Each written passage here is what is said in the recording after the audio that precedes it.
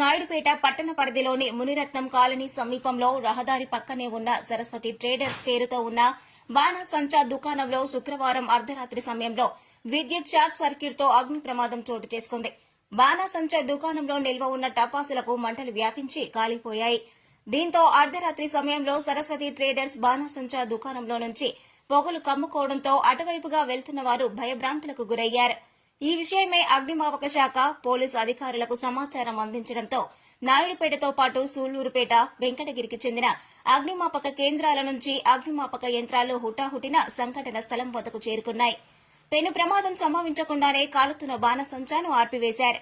దుకాణంలో బాణసంచా భారీగా నిల్వ చేసి ఉండడం, బాణసంచా దుకాణ సమీపంలోనే పలు దుకాణాలు ఏర్పాటు చేసి ఉండడం, నిత్యం ఈ రహదారిపై వాహనదారులు, ప్రజలు రాకపోకలు జరుపుతున్న నేపథ్యంలో పెను ప్రమాదం తప్పినట్లయింది.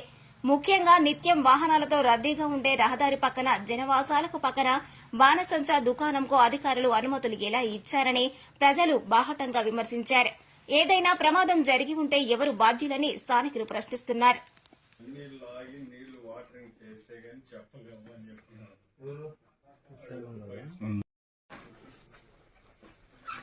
ఇవన్నీ మామూలే.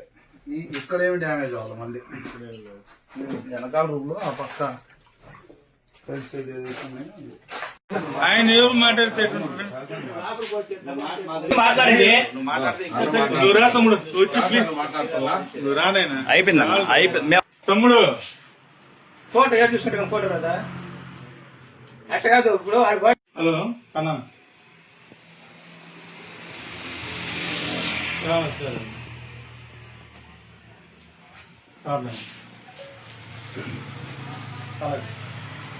తమ్ముడు వచ్చినాయన మా బాధ చూసుకొని అర్థం చేసుకుని వచ్చి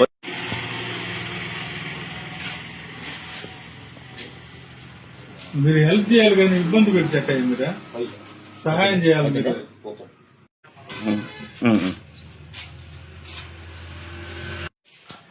ఉదయాన్నే మా స్టాఫర్ లైన్లోకి వచ్చారు. Okay okay.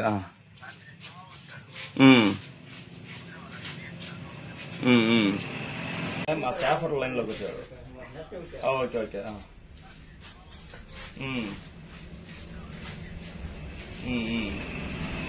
మీరు ఆలోచించాలి, ఎంత లాస్ ఎంత పోయింటుంది ఆలోచించండి.